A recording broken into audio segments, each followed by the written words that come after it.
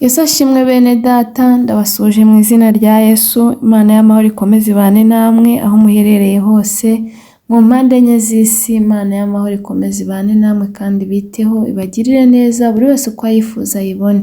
Tugeze muri wa mwanya mwiza wo kuba imbere y'Imana, tugiye gutangira dusenga, turirimba indirimbo yo mu gitabo, dusome n'ijambo ry'Imana, dusoze dusenga. Ibindi Imana iduhana umugisha. Data wa twese uri mu ijuru, turagushimye, turaguhimbaje, tugushimira urukundo rwawe dukunda uko bwije n'uko bukeye.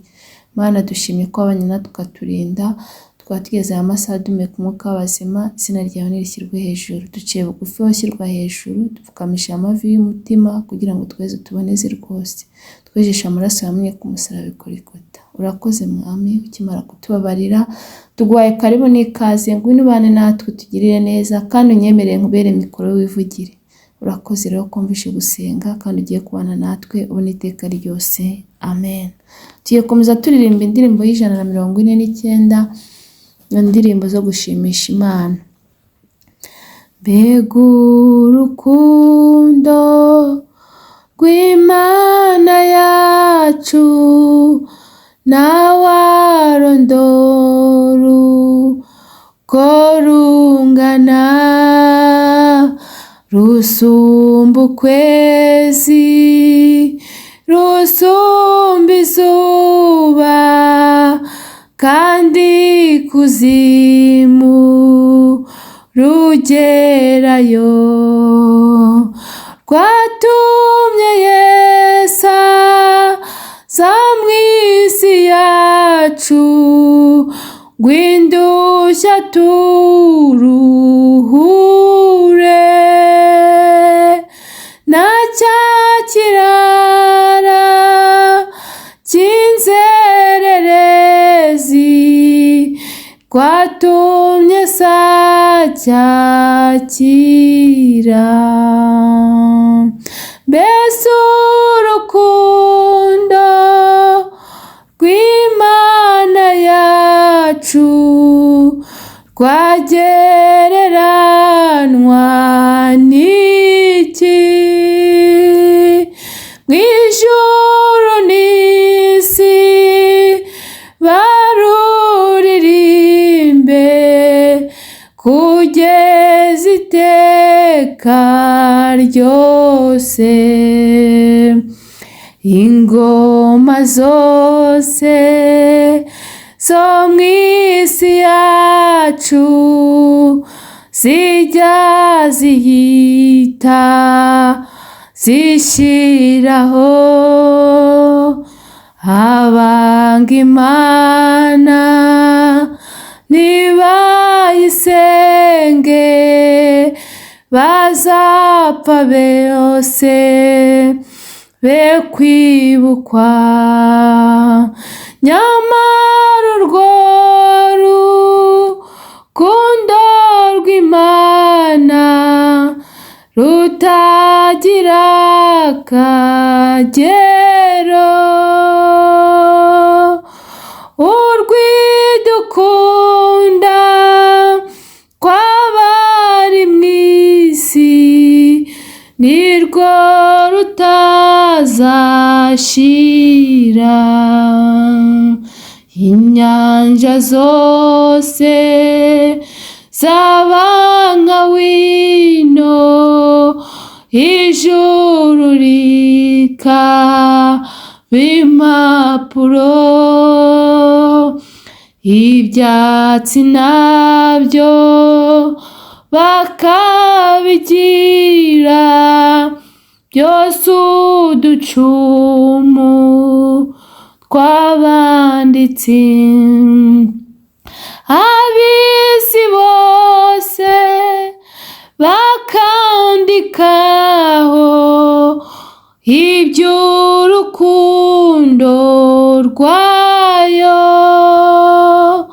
niba bimara n'ibyakwirwaho, hakama inyanja ariyo, kandi uko ikunda umwana wayo, jye niko kwinkunda ntakwiriye, ntari umugome n'ukwima Yesu ngwambambirwe ku musaraba, mubo yacungushayo maraso, nzi yuko nanjye ndimo, nzajya ndirimba urwo rukundo dukwize mu isi yose. Mbese urukundo rw'Imana yacu rwagereranywa n'iki? Mu ijuru n'isi baruririmbe kugeza iteka ryose. Dukomeze dusoma n'ijambo ry'Imana dusanga mu Byakozwe n'Intumwa ibice ni 9 umurongo wa 36. Umutwe w'amagambo uravuga ngo Petero azura Tabita. Reka nsome mu izina rya Yesu. Ngo kandi Yopa hari umugore w'umwigishwa witwaga Tabita, risobanurwa ngo Doruka. Uwo mugore yagiraga imirimo myiza myinshi n'ubuntu bwinshi. Muri iyo minsi ararwara arapfa. Bamaze kumuhagira bamushyira mu cyumba cyo hejuru. Kandi kuko iruda hari bugufi bw'iyopa, abigishwa bumvise ko Petero ariyo bamutumaho abantu babiri bamwinginga bati, ngwino uze iwacu ntutinde. Petero arahaguruka ajyana nabo. Asohoyeyo bamujyana muri icyo cyumba cyo hejuru. Abapfakazi bose barahagarara iruhande rwe barira, berekana amakanzu n'imyenda Doruka yababoheye akiriho. Petero abaheza bose, arapfukama arasenga, ahindukira intumbi ati, Tabita haguruka. Arambura amaso, abonye Petero arabyuka aricara. Petero amufata ukuboko aramuhagurutsa, maze ahamagara abera n'abapfakazi amubaha ari muzima. Bimenyekana i Yopa hose, benshi bizera umwami. Nuko amara iminsi myinshi Yopa acumbitse kwa Simoni w'umuhazi. Iryo ni ijambo ry'Imana. Shimye Imana rero kubwira ijambo. Uyu munsi nifuje ko tuganira kuri Tabita. Tabita ngo yari umugore ufite imirimo myiza myinshi kandi yagiraga n'ubuntu bwinshi. Yakoze imirimo ndetse abantu bo ku musozi yari atuyeho banezererwa Tabita kubera ko yari umuntu mwiza, yari umuntu ufite imirimo myiza kandi afite n'ibyo abafasha. Ariko ikintu nshaka ko tuganira aya masaha, ndashaka ko tuganira ku mirimo myiza. Ese wowe muvandimwe nkurikiye, nshuti nkurikiye, ese wowe uri gukora iki cy'imirimo myiza? Ese nawe ufite ubuntu bwiza bwinshi? Cyangwa se hari imirimo ufite? Ese abantu n'Imana bazakwibukira kuki? Tabita ngo yarapfuye, amaze gupfa ngo bamujyana mu cyumba, ariko bababazwa nuko umuntu wabafashaga imirimo myiza, umuntu wabakoreraga imirimo myiza, umuntu wakoraga ibyiza, umuntu wari mwiza warubanye n'abandi ku musozi yaratuyeho, bababazwa nuko apfuye kandi hari ibyo yabafashije, kandi hari ibyiza yakoze, kandi hari umumaro yari afite. None we muvandimwe, nshuti nkurikiye, wowe ni igiki uri gukora abantu n'Imana bazakwibukiraho? Ni igiki bazakwibukiraho? Ni igiki Imana yakwibukira aka kanya? Ndetse ni igiki abantu bakwibukiraho? Ese wowe uri gukora iki? Aho ngaho ntago abantu bari kuvuga ati umuntu aratubangamiye, yabaga yarapfuye, byaba bibabaje. Ibyiza nuko wakora imirimo myiza nk'uko uyu mugore Tabita nawe yakoze imirimo myiza, ubwo yapfaga bakibutsa Imana imirimo Imana ikamuzura ikoresheje Petero. Imana itugirire neza rero aya masaha, buri wese nagira imirimo akora, kubera ko ijambo ry'Imana riratubwira ngo imirimo myiza nizaduherekeza. Ngo umugabo witwaga Hezekiya ngo nawe ageze ku munsi wa nyuma yarembye ndetse agiye kwitahira, umuhanuzi aje kumubwira ngo nasezere, ngo kuko igihe cye cyo gutaha kigeze. Ngo arangije, ngo amaze kugenda, ngo ahindukirire ivure, ngo yibutse Imana imirimo. Ese wowe wakibutsa Imana iki? Aho ngaho ntabwo abantu bakwibukira ku ntonganya, abantu ntibakwibukira ku bugome, abantu ntibakwibukira ku magambo, abantu ntibakwibukira guca imanza, abantu ntibakwibukira kubangamira abandi. Imana itubabarire kandi tugirire neza. Byaba bibabaje ni ukuri, nta murimo mwiza uri gukora, nta byiza uri gukora kugira ngo Imana izakwibukireho ndetse n'abantu bazakwibukireho batakambira Imana ubwo uzaba ugeze mu bikomeye. Ni ukuri turakwiye ko dukora imirimo myiza, turakwiye ko dukora ibyiza kugira ngo natwe igihe nikigera tugeze mu kaga, tugeze mu bigeragezo, tugeze mu bibi, ubundi tuzibutsa Imana kugira ngo natwe dutabare. Nitugera ku munsi wa nyuma tuzibutsa Imana.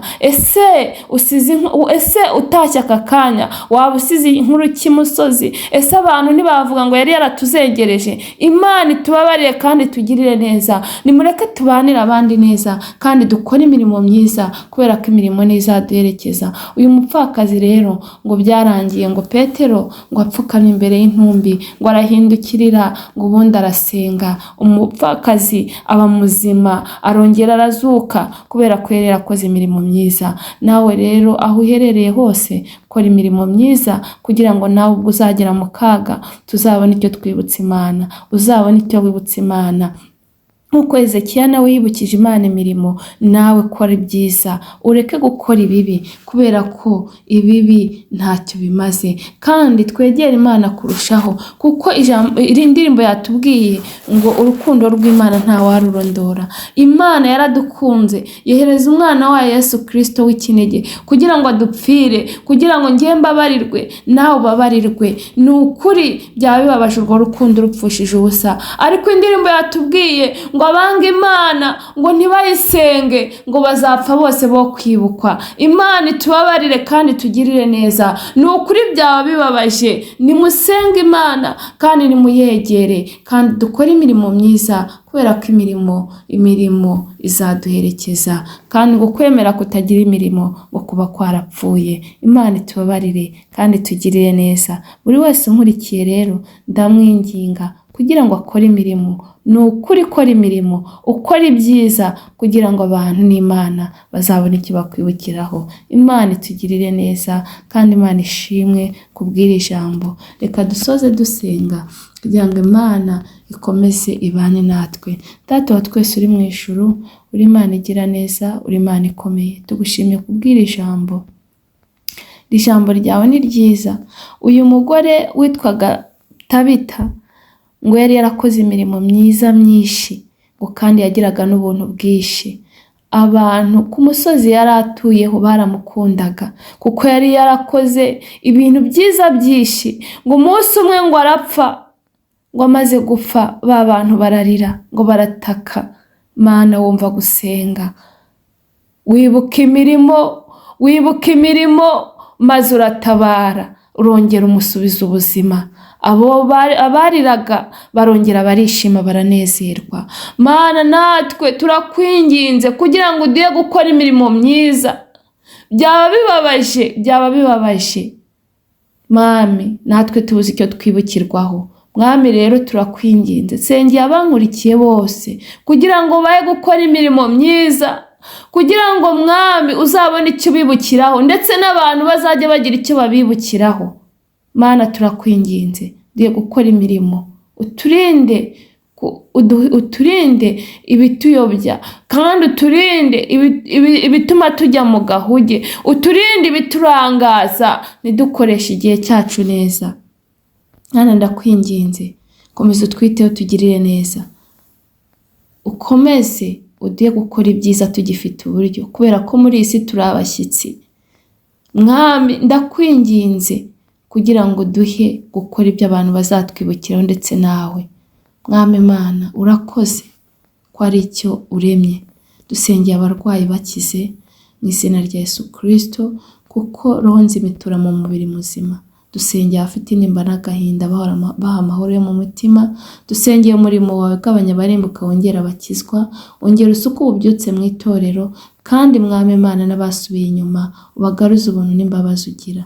Data mwiza, dusengeye abatarakwakira nk'umwami n'umukiza w'ubugingo bwabo kugira ngo bahe kukwakira, kandi turasenze cyane kugira ngo twagure mu buryo bw'umwuka, kandi Mwami Mana udusure cyane kandi ujye utuganiriza, kandi uturindire ubugingo bwacu kurenza ibindi byose. Urakoze rero ko wabanye natwe, icyubahiro ni icyawe n'iteka ryose. Amen.